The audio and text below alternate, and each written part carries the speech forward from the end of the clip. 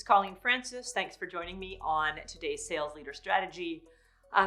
Today I wanted to talk to you about a conversation I'm having with one of my clients. They want to divide their sales team up into hunters and farmers. And it's not an ideal structure in my mind. We don't have to get into that today. I can talk about ideal structures later, but they really want to do this. They think it's going to be best for their business.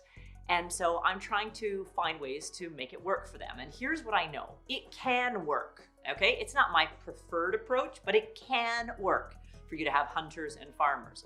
But there's one key thing that you have to do in order to make this work successfully.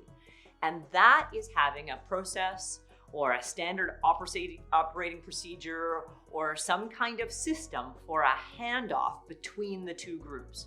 Because nothing irritates a customer more than being sold by one person and then immediately punted to somebody else.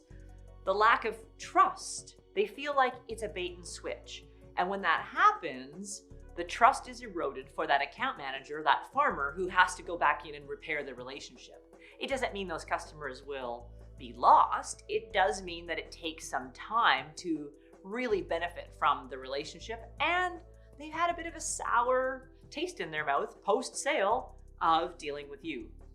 So if you're going to go to this approach, or if you have this approach already and don't have your process in place, what you need to do is have a standard written set of procedures that includes things like the original hunter, the salesperson, has to do a formal handoff with an introduction to that account manager at a certain time.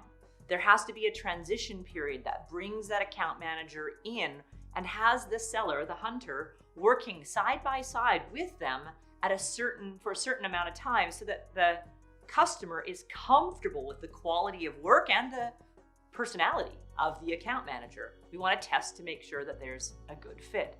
There also has to be really great documentation.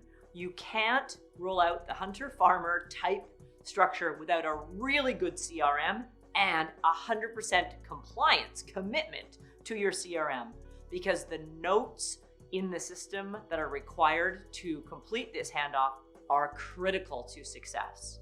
So documentation, a strong CRM, and that standard operating procedure is critical if you want to make this hunter and farmer structure work.